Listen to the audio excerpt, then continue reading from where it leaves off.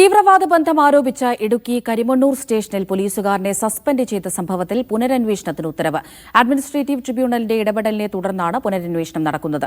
2021 CPO Anas P K suspend ചെയ്തത്. Police database SDPI പ്രവർത്തകർക്ക് ചോർത്തി എന്ന് കാട്ടിയായിരുന്നു നടപടി.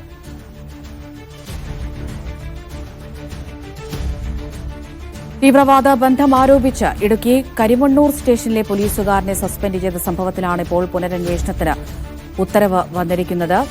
അഡ്മിനിസ്ട്രേറ്റീവ് ട്രൈബ്യൂണലിന്റെ ഇടപെടലിനെ തുടർന്നാണ് ഇങ്ങനെയൊരു പുനരന്വേഷണം നടക്കുന്നത്. മുഹമ്മദ് ആഷിഖ് വിവരങ്ങൾ നൽകാനായി ചേരുന്നുണ്ട്. ആഷിഖ്, ഇത് എന്തായിരുന്നു ഈ കേസ്? ഈ സസ്പെൻഷൻ എന്തിന്റെ പേരിലായിരുന്നു? ഇപ്പോൾ ഇങ്ങനെയൊരു പുനരന്വേഷണം ഏത് ഘട്ടത്തിലാണ്?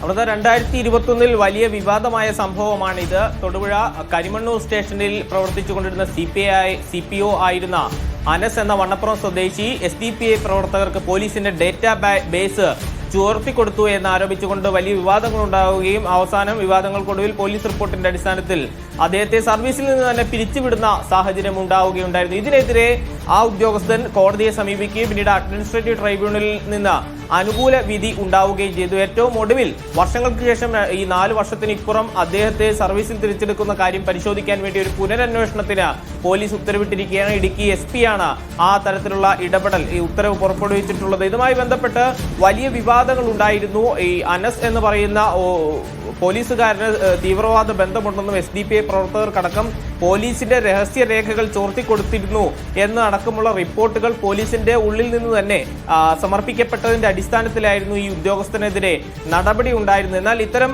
ആരോപണങ്ങൾ വ്യാജമായിരുന്നു എന്നായിരുന്നു ആദ്യഘട്ടത്തിൽ തന്നെ അനസ് നിലപാടെടുത്തിരുന്നത്. പിന്നീട് അദ്ദേഹം സമൂഹത്തിൽ ഒറ്റപ്പെടുന്ന സാഹചര്യം ഉണ്ടായി. വലിയ മാനസിക ബുദ്ധിമുട്ടിലേക്ക് കടന്നു പോകേണ്ട സാഹചര്യം ഉണ്ടായി. കുടുംബ ബന്ധങ്ങളിൽ തന്നെ വിള്ളലുണ്ടാകുന്ന സാഹചര്യങ്ങളിലേക്ക് കടന്നുപോയി എന്ന് അനസ് പറയുന്നുണ്ട്. ഈ പശ്ചാത്തലത്തിലാണ് അദ്ദേഹം തനിക്കെതിരെ നടപടിക്കെതിരെ കേരള അഡ്മിനിസ്ട്രേറ്റീവ് ട്രിബ്യൂണലെ സമീപിക്കുകയും ഏറ്റവും ഒടുവിൽ അനുകൂല വിധി സമ്പാദിക്കുകയും ചെയ്യുന്ന ഈ അഡ്മിനിസ്ട്രേറ്റീവ് ട്രിബ്യൂണലിന്റെ വിധിയിൽ പറയുന്നത് അനസിനെ വേണ്ടത്ര കേൾക്കാതെയാണ് നടപടി എടുത്തിട്ടുള്ളത്. അനസിന് തന്റെ വശം വിശദീകരിക്കാനുള്ള അവസരം നൽകാതെയാണ് പോലീസ് ഈ ആഭ്യന്തര അന്വേഷണം നടത്തുകയും ഏറ്റവും ഒടുവിൽ സർവീസിൽ നിന്ന് തന്നെ പിരിച്ചുവിടുന്ന ഇടപെടലിലേക്ക് കടക്കുകയും ചെയ്തിട്ടുള്ളത്. അതുകൊണ്ട് തന്നെ ഇപ്പോൾ നിലവിൽ അനസിനെതിരെ സ്വീകരിച്ചിരിക്കുന്ന സർവീസിൽ നിന്ന് പിരിച്ചുവിടുന്ന അടക്കമുള്ള നടപടികൾ മാറ്റിവെച്ച് വീണ്ടും ഒരു അന്വേഷണം നടത്തണം എന്ന നിർദ്ദേശമാണ് ഈ ഘട്ടത്തിൽ അഡ്മിനിസ്ട്രേറ്റീവ് ട്രൈബ്യൂണൽ പുറപ്പെടുവിച്ചിട്ടുള്ള. ഈ ഉത്തരവിന്റെ പശ്ചാത്തലത്തിലാണ്, ഈ ഉത്തരവിന്റെ പിൻബലത്തോടു കൂടിയാണ് ഇപ്പോൾ ഇടുക്കി SP ഈ സംഭവത്തിൽ ഒരു പുനരന്വേഷണത്തിന് ഉത്തരവിട്ടിരിക്കുന്നത്. അമൃത, മുഹമ്മദ് ആഷിഖാണ് വിവരങ്ങൾ നൽകിയത്.